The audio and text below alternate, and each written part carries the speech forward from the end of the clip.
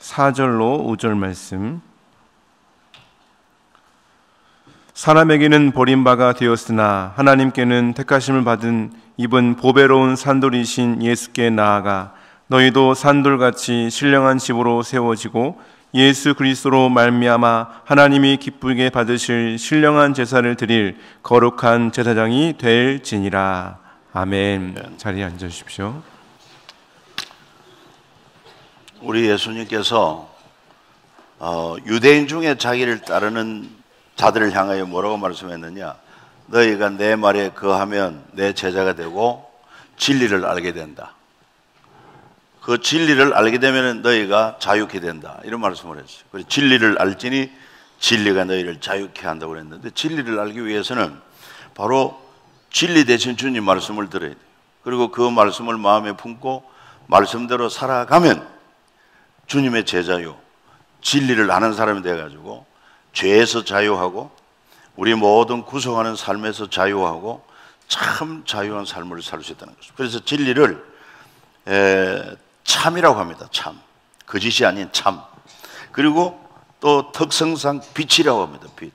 어둠을 환하게 밝히는 빛. 어둠 속에서는 사방 좌우를 분간 못해요. 그러니까 바른 길을 찾아갈 수 없습니다. 그러나 뭐 밝은 빛이 쫙 비치면은 방황할 일이 없습니다. 뭐 바른 길로 갈 수가 있어요. 특별히 오늘 우리는 이제 구정 명절을 앞두고 이 조상 제사 문제 때문에 항상 좀 문제가 되고 하는데, 전에도 말씀드린 것입니다만은 조상 제사에 대해서 한번 진리로 한번 살펴보자. 과연 제사의 진리는 무엇을 말하는가? 그래서 그것을 오늘 여러분들하고 더불어 같이 나누려고 하는 것입니다. 그냥 우리는 제사 그러면은 뭐 일반적으로 어떤 자연 만물, 뭐 예를 들어서 과거 동네 보면은 성황당 나무 있으면 그 앞에 동네 제사도 드리기도 하고, 그런가 하면은 일반적으로 돌아간 조상에 대한 제사, 조상 제사를 알고 있습니다. 그러나 성경은 분명히 말하기를 그런 제사는 잘못된 제사다, 바른 제사를 회복해야 한다, 그걸 가르치고 있어요. 고린도전서 10장 19절 20절인데 여러분들이 한번 읽어주세요. 그런즉 내가 무엇을 말하느냐? 우상의 제물은 무엇이며 우상은 무엇이냐? 무릇 이방인이 제사하는 것은 귀신에게 하는 것이요 하나님께 제사하는 것이 아니니 나는 너희가 귀신과 교제하는 자가 되기를 원하지 아니하노라 그랬습니다. 그러니까 여기서 뭘 말하느냐 하면은 바로 이방인의 제사하는 것, 조상 제사, 그 다음에 자연을 향해 제사하는 것, 그거는 잘못된 제사야. 그러니까 하나님께 드리는 제사를 드려야 한다, 그걸 가르치고 있습니다. 그렇기 때문에 이 참 제사 문제가 복잡해서요. 원래 이 한국 기독교가 들어와가지고 복음을 받아들이는데 크게 장애물이 된 게 뭐냐면 조상 제사. 우리는 대대로 유교 집안이고 조상 제사를 드리는데 예수 믿고 싶지만 상황이 이렇기 때문에 조상 돌아가시고 나면은, 우리 부모님 돌아가시고 나면은 예수 믿겠다, 이런 사연도 많았습니다. 그래가면 기독교가 1885년에 들어왔고 천주교는 그보다 한 100여 년 전에 먼저 들어왔습니다. 사실 천주교는. 그래가지고 천주교도 맨 처음에는 이 조상 제사를 거부했어요. 거부하다가 심지어 참수형을 당하게 되었습니다. 우리나라에서. 그리고 곳곳이 동남아는 이렇게 여러 가지 제사가 많은데 이 천주교를 믿으려고 하는데 제사 문제 때문에 많은 사람들이 희생을 당하니까 교황청에서 모여서 회의를 했습니다. 조상의 제사 드리는 것은 그건 하나의 의식이니까 조상 제사 드려도 좋다, 허락을 해준 것입니다. 그래가지고 지금 그 허락한 지가 한 80년 됐네요. 1939년이니까. 그래가지고 천주교에 가면 제사를 지내요, 안 지내요? 지냅니다. 아주 잘 지내고 있어요. 그러나 성경은 변함없습니다. 하나님 말씀은 변함없어요. 아무리 천주교 교황청에서 결의를 해도 성경이 변함없는 진리지 교황청의 결의는 절대적인 것이 아니기 때문에 우리는 이방인의 제사하는 것은 그 귀신에게 하는 것이니 하나님께 하는 것이 아니기 때문에 안 된다. 여러분, 우리는 뭐 끝까지 안 되는 줄 알아야 될 것입니다. 그래서 이 세대 풍속을 본받을 것이 아니고 진리를 따라 사는 것이 바로 우리 그리스도인의 삶이 되어야 한다는 것입니다. 어떤 사람은 또 말해요. 제사 드리는 거는 아주 우리 민족 고유의 풍속이라고, 아름다운 미풍양속, 이렇게 이제 또 변호를 합니다. 그래서 예수 믿는다고 하면서도 자기 나름대로 이런 확신을 가지고 이거 고유의 민속 그런 풍속이요, 또 미풍양속이다 이래가지고 교회는 안 된다 했는데도 불구하고 자기는 또 제사 지내는 사람이 있어요. 참 대단한 사람이라. 이래 되면 이게 사사기 시대. 하나님 말씀은 모르고 각자 자기 속인에 좋은 대로 행하면은 절대로 하나님이 기뻐하지 않습니다. 여러분 말씀 따라 살아가기를 바랍니다. 하나님 성경 말씀대로 살아야 돼요. 그래서 이 사실 조상 제사는 우리 민족만의 고유한 풍속이 아닙니다. 원래 중국에서 들어왔어요. 중국에 남송 때 아주 주희라는 큰 학자가 있었습니다. 그가 나중에 성리학 또는 주자학이라는데 이걸 아주 집대성한 그런 학자가 아닙니까? 그래가지고 그때 이제 주자 가래 거기에서 이 제사라는 것을 완전히 하나의 문서화해가지고 중국에서 이미 제사를 드렸습니다. 그러다가는 이게 이제 고려말 무렵에 우리 고려에 들어왔고, 그 다음에 이제 이성계가 정변을 통해서 이시조선 왕조를 세우면서 처음에는 왕실에서 사대부, 양반 이런 데만 제사를 지냈어요. 근데 그게 이제 이성계가 풀어줬죠. 일반 평민들도 제사를 드려도 좋다. 자기가 정변을 이렇게 했으니까 국민들한테 좀 이렇게 인심도 써야 될 것 아닙니까? 그래 돼가지고 그 제사가 이제 일반화된 것입니다. 그러니까 결코 우리 고유의 풍속이 아니다 하는 것.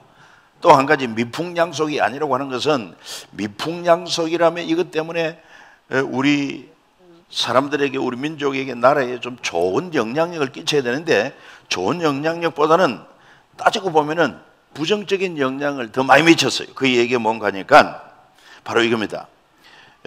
사람이 죽으면은 끝이 아니고 그 혼령이 떠돌아다니는 것입니다. 자유롭게 떠돌아다니다가 그 다음에 자손들이 제사를 드린다고 하면은 와서 제사상을 받아 드시고, 그 조상들이, 자녀들이 얼마나 조상을 극진하게 잘 대접하느냐에 따라서 이 죽은 조상신이 그 중에 제일 높은 천신이라고 거기에 부탁을 해가지고 후손들이 잘 떼게 해준다 이렇게 믿었어요. 완전히 미신이지만. 그래가지고 어떻게 합니까? 어떻게 하든지 조상 제사 돌아오면은 없는 살림에도 정성껏 제사를 드렸고, 그리고는 어떻게 하든지 죽은 조상을 잘 모셔야 한다 이래가지고 명당 시비가 붙게 되고 명당. 그러니까 이런 것이 얼마나 폐단이 되는지 몰라요. 더군다나 더 놀라운 것은 살아있는 부모는 나이가 들면 늙으면 힘이 없어요. 그러니까 늙은 부모는 하찮은 존재로 짐이 되는 존재로 생각을 했어요. 빨리 돌아가셔야 신이 돼가지고, 그래야 우리 제사를 잘 받아가지고 우리 후손들이 잘 되도록 할 수 있을 텐데 이래가지고 살아있는 부모에게 불효하게 됩니다. 그리고 돌아가신 후에는 성대하게 제사를 지내므로 불효한 거 크게 그걸 문제시 안 삼아요. 잘못된 것이 아닐 수 없습니다. 그러나 우리 기독교는 어떻습니까? 기독교는 돌아간 조상 제사 지내는 것은 헛된 거야. 살아 계실 때 부모 효도해야 된다. 이것이 이제 기독교에 가르치는 바 아닙니까? 특별히 이런 조상 제사는 우리 기독교에 있어서 영적으로 볼 때 매우 나쁜 진리를 왜곡하는 결과를 초래했다는 것입니다. 무슨 얘기냐? 첫 번째는 우상 숭배 죄에 빠지게 한다는 것입니다. 조상 제사를 지내면 그 제사의 순서를 아시는 분 알 것입니다. 맨 처음에 지방을 붙입니다. 지방은 뭐냐면은 신위라고, 신의 자리입니다. 그래서 뭐 오늘 제사 받으실 조상님 이 자리에 오십시오, 그거 아닙니까? 그 다음에 강신이라는 순서가 있습니다. 강신, 조상신이 임하는 것 강신입니다. 그 다음에 참신은 또 임한 조상에게 절하는 것입니다. 이런 거 따져보면 전부 다 우상적인 요소, 다른 신을 섬기는, 1계명을 범하고 2계명을 범하는 것입니다. 1계명은 뭐 나 외에 다른 신을 섬기지 마라, 다른 신은 없으니까 다른 신을 섬기면 안 된다. 그런데 우리는 조상신을 섬기고 그 앞에 엎드려 절하는 우상을 숭배하는 이런 죄를 범하게 되기 때문에 이 조상제사는 영적으로 굉장히 참 나쁜 영향을 미쳤다 하는 것을 우리가 기억해야 됩니다. 그 다음에 또 한 가지는 이 조상제사가요, 귀신의 존재에 대해서 그냥 잘못 인식하게 만드는 이런 큰 영향을 미친 것입니다. 귀신의 존재. 여러분, 귀신이 있습니까? 없습니까? 이야기해 보세요. 있어요? 없어요? 귀신이 있습니다. 그런데 성경에 말하는 귀신은 어떤 귀신이냐? 원래 하나님을 수종드는 천사들입니다. 그 천사들이 타락한 악한 영들을 가리켜 성경은 귀신이라고 말합니다. 그 우두머리가 마귀 사탄입니다. 그런데 흔히 우리가 알고 있는 귀신은 죽은 자의 혼령으로 알고 있는데 그건 없습니다. 그걸 분명히 알아야 돼요. 그러니까 조상 제사를 지내면은 죽은 자의 혼령이 떠돌아다니다가 제삿날에 오셔서 우리 제사와 정성을 받으신다. 그러니까 이게 뭡니까? 죽은 자도 떠돌아다닐 수 있구나. 이렇게 되는 거예요. 그러니까 귀신의 존재에 대해서 잘못 오해를 시킨다. 꼭 기억하십시오. 여러분, 사람은 죽으면은 딱 고정입니다. 천국이냐 지옥이냐 왔다 갔다 못합니다. 떠돌아다닐 수 없습니다. 그게 성경의 진리입니다. 누가복음 16장에서 그 사실을 잘 말하고 있습니다. 그 다음에 특별히 성경에 또 보면 이런 이야기가 나옵니다. 아니, 사울 왕 때 그때 사무엘 선지자, 하나님의 사람이 있었는데 그가 굉장한 영향력을 끼쳤습니다. 그가 죽었습니다. 그래가지고 이제 나라가 위기에 빠졌는데 물어볼 사람이 없어요. 멘토가 없어요. 그러니까 사울이 누구를 찾아갑니까? 신접한 여자를 찾아가가지고 이 사무엘이라는 사람을 좀 그 혼을 불러 올려라. 내가 그에게 좀 지도를 받아야 되겠다. 그러니까 그 신접한 여자가 또 이상하게 주문을 하니까 한 영이 올라온다는 것입니다. 옷 모양이 어떠냐? 머리가 허였습니다. 나이가 드신 분입니다. 영락없이 사무엘입니다. 뭐라고 말하느냐? 말을 들어보니까 사울에 대해서 꾸짖고, 너도 죄로 말미암아 하나님이 너를 심판해서 너도 오늘 나와 함께 이곳에 엄부에 올 것이다. 이렇게 가르치고 너무 정확하게 예언을 합니다. 근데 이 성경에 이렇게 나온 거 보면 보라고, 사람이 죽어도 그 신접한 여자는 혼을 불러낼 수 있지 않느냐? 여러분, 그게 바로 뭐냐면은 거짓이라는 것입니다. 사탄의 속임수라는 것입니다. 왜 그러냐? 하나님은 분명히 말하기를 신명기 18장 11절에 한번 읽어봅니다. 지는자, 신접자, 박수, 초혼자 너희 가운데 용납하지 마라. 14절은 뭐라고 합니까? 네가 쫓아낼 이 민족들은 길흉을 말하는 자나 점쟁이의 말을 듣거니와 네게는 네 하나님이 여호와께서 이런 일을 용납하지 아니하신다. 왜? 전부 다 속이는 악한 영들이야. 귀신도요, 귀신같이 알아요.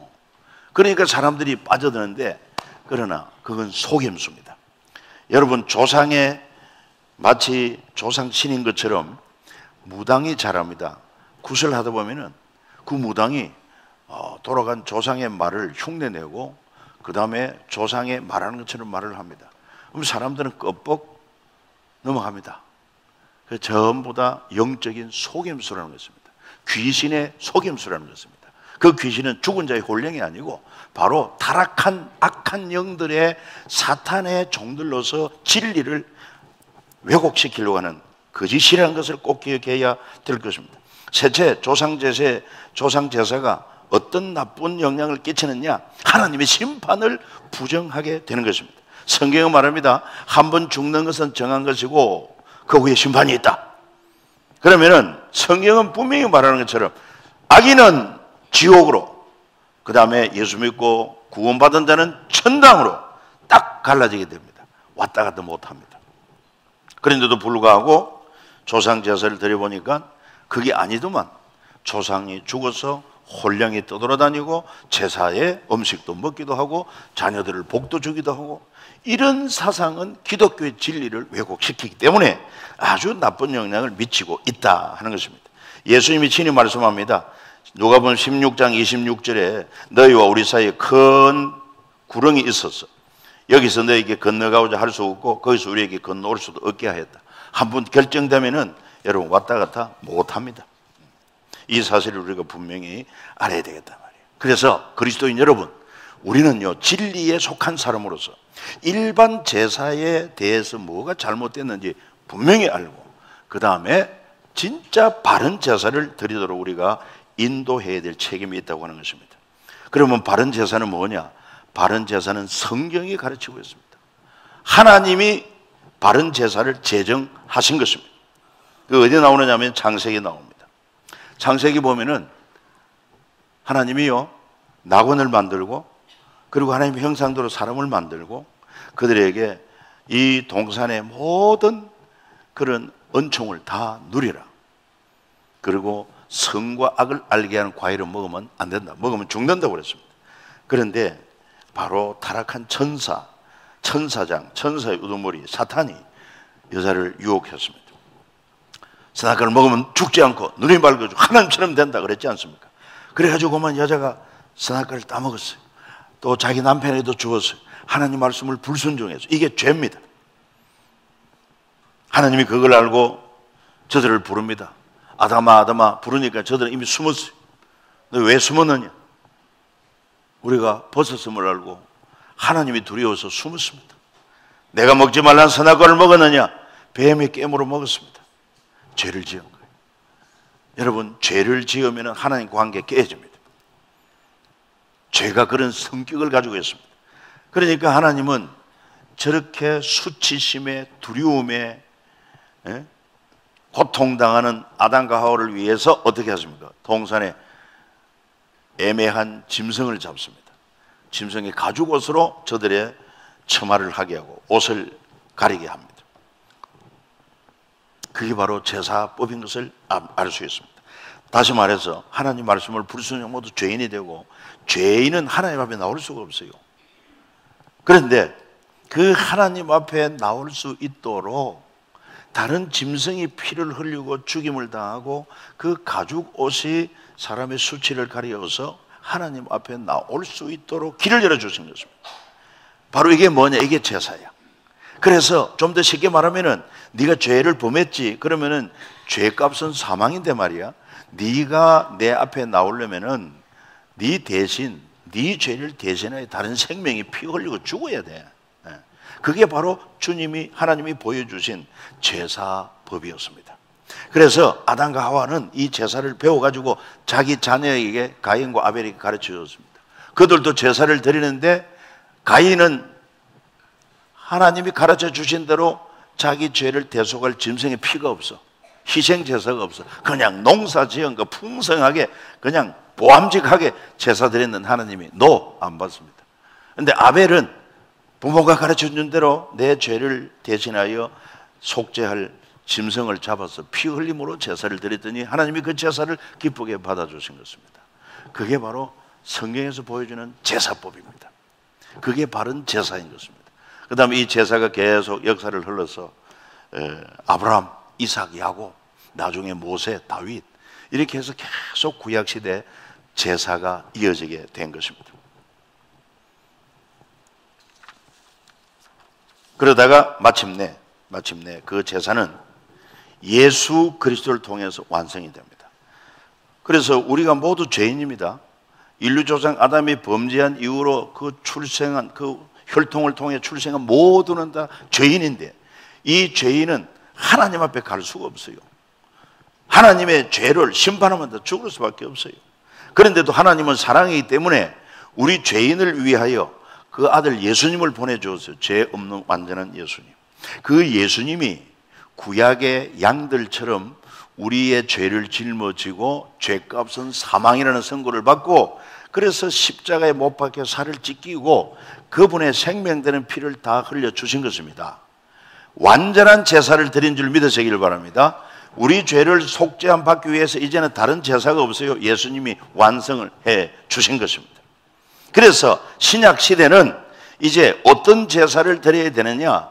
그 우리의 죄를 대속한 예수님을 믿고 그 보혈의 공로를 의지하고 하나님 앞에 나와서 감사합니다, 찬송합니다, 주여 말씀하십시오, 우리가 듣고 순종하여 살겠습니다. 이게 바로 신약시대 제사가 된 줄 믿으시기를 바랍니다.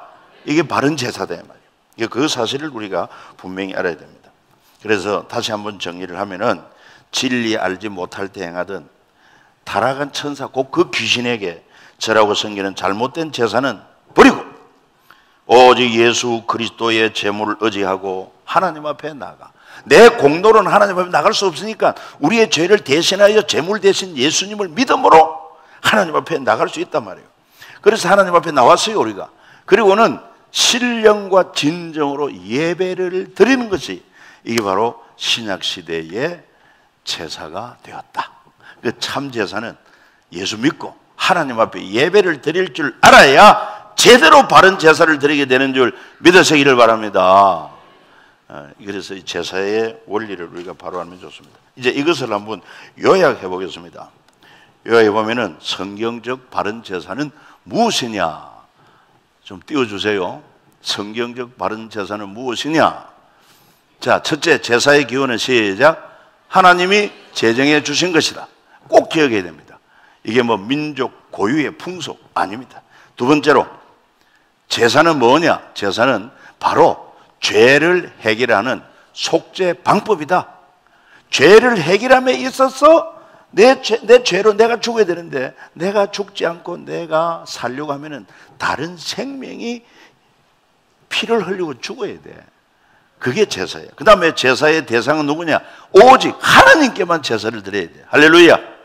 뭐 다른 조상이나 다른 어떤 저 하늘의 달이나 해나 뭐 그리고 강이나 나무나 이런 거 대상으로 제사하면 안 됩니다. 그리고 제사가 필요한 자, 누가 제사가 필요하냐? 누가 제사를 드려야 되느냐? 죄와 허물이 있는 사람, 세상에 죄 없는 사람 어디 있어요? 그래, 우리 모든 인생들이 다 하나님 앞에 제사를 드려야 된다.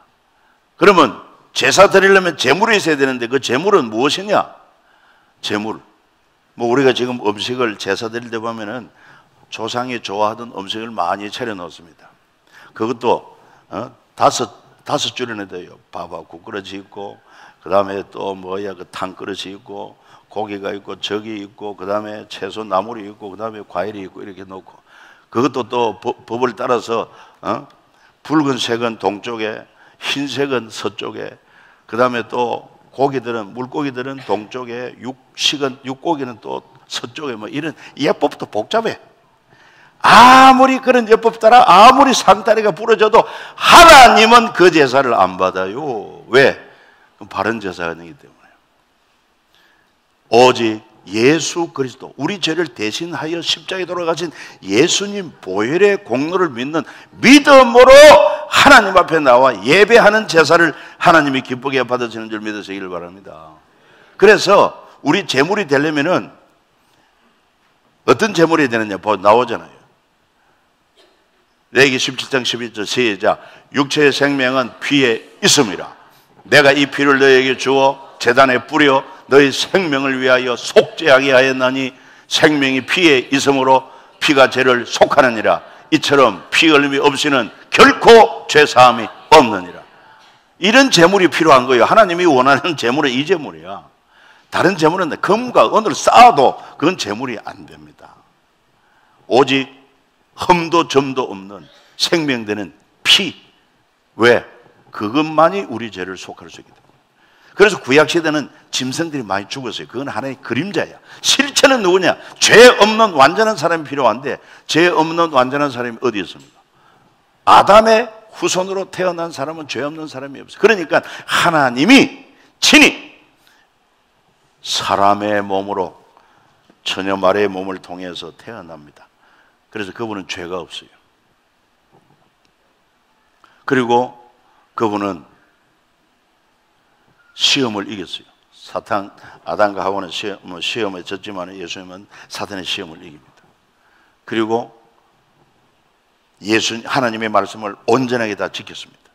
그래서 하나님이 인정하시면 이는 내 사랑하는 아들로 내 기뻐하는 자니 너희는 제 말을 들으라. 완벽하게 죄 없는 정글을 가지신 예수님이 우리 죄를 위하여 십자가에 못 박혀 생명되는 피를 다 흘려주실 때 우리 죄를 다 용서해 주시고, 그래서 이제는 누구든지 예수를 믿고 나가면은 우리 죄를 용서받고 구원받고 하나님의 자녀가 되고 영생을 얻게 하신 줄 믿으시기를 바랍니다. 자, 그러면서 이제 마지막 제사 집례자는 누구냐? 제사 집례자, 구약시대는요 제사장이 있습니다. 그 제사장을 하나님이 딱 고정을 했습니다. 누가 돼야 되느냐? 지파는 레위 지파. 그 레위의 아들들 가운데서도 특별히 누구? 고핫 자손 딱 고정되어 있습니다. 그래서 그 고핫 자손 가운데 가장 장자가 대제사장 되고 나머지는 제사장으로 섬기는 것입니다. 다른 지파는 죽었다 깨어나도 제사장이 될 수가 없어요. 하나님이 딱 못을 박았기 때문에. 그리고 오늘날 교회 시대 와서 막 자꾸 지금 우리나라에도 이 세습 문제 때문에 아버지 목사 또 아들 목사 이래가지고 시끄러운데, 여러분 너무 우리는 민감하면 안 돼요. 교회가 정해주면은 따라가면 됩니다. 최고의 권위가 교회 권위입니다. 믿으시기를 바랍니다.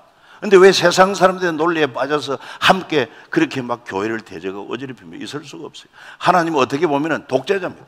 하나님께서는 이런 제사장 제도를 보면 틀림이 없습니다.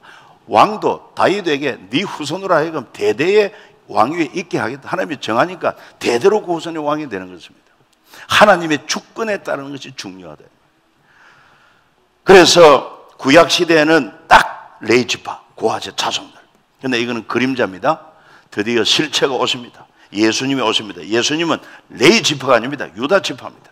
이제는 완성시킬 분으로 하나님께서 멜기세덱의 반차를 통해서 예수님을 이 땅에 보내셔서 더 이상 구약시대에 짐승의 피로서 제사가 아닌 흠도 점도 없는 완전한 생명되는 예수님의 피 흘림으로 제물 삼아서, 그래서 그 예수님이 우리의 영원한 대제사장이 되고, 이제 제사장은 누구냐?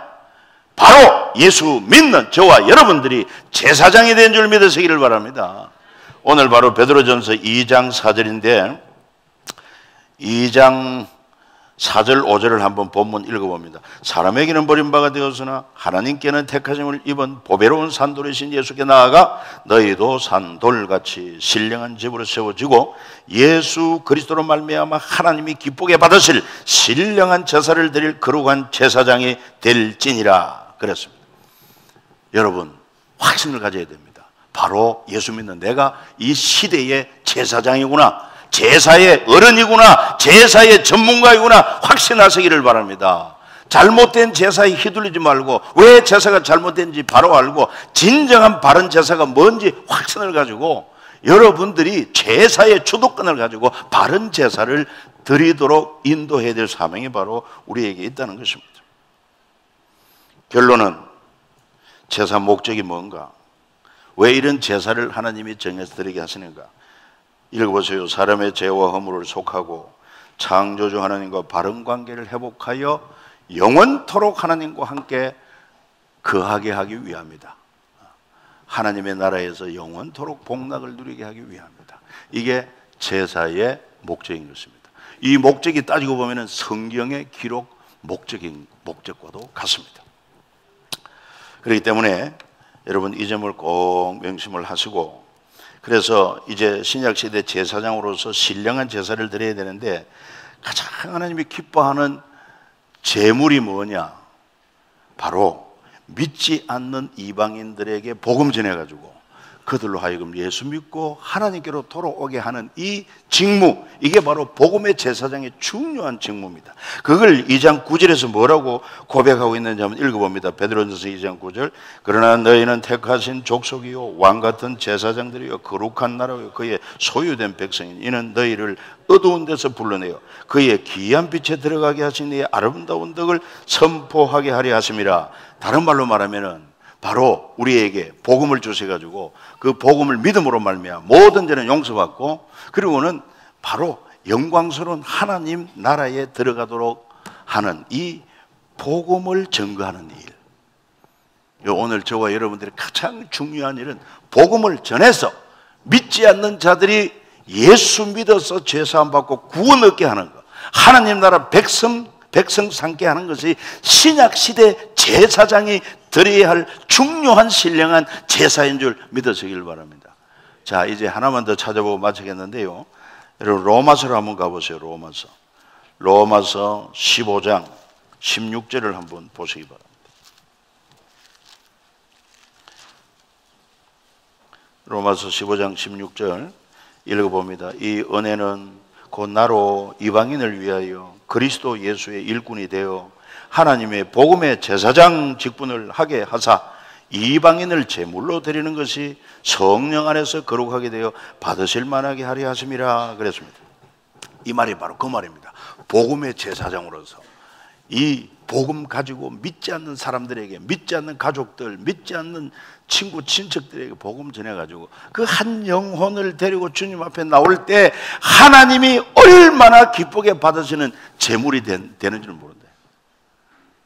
오늘 우리 고 오기은 성도님의 이제 자녀분들이 아들 되는 분하고 같이 왔는데 그 어르신을 그분 말에 의하면 자기는 예수 믿을 사람이 아니래.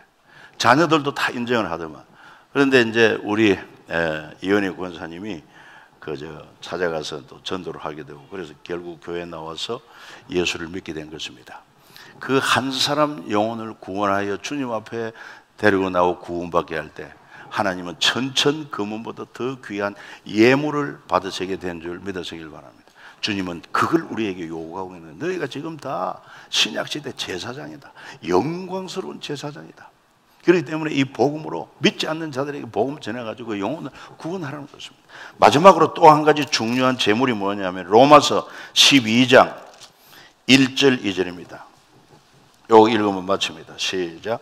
그러므로 형제들아 내가 하나님의 모든 자비하심으로 너희를 권하노니 너희 몸을 하나님이 기뻐하시는 거룩한 산 제물로 드리라. 이는 너희가 드릴 영적 예배니라. 너희는 이 세대를 본받지 말고 오직 마음을 새롭게 함으로 변화를 받아 하나님의 선하시고 기뻐하시고 온전하신 뜻이 무엇인지 분별하도록 하라 말씀하셨습니다. 바로 신약시대 제사장이 드릴 몸은 바로 구원받은 이 몸으로 하나님 기뻐하는 일에 이 몸을 산 제물로 드리는 것입니다.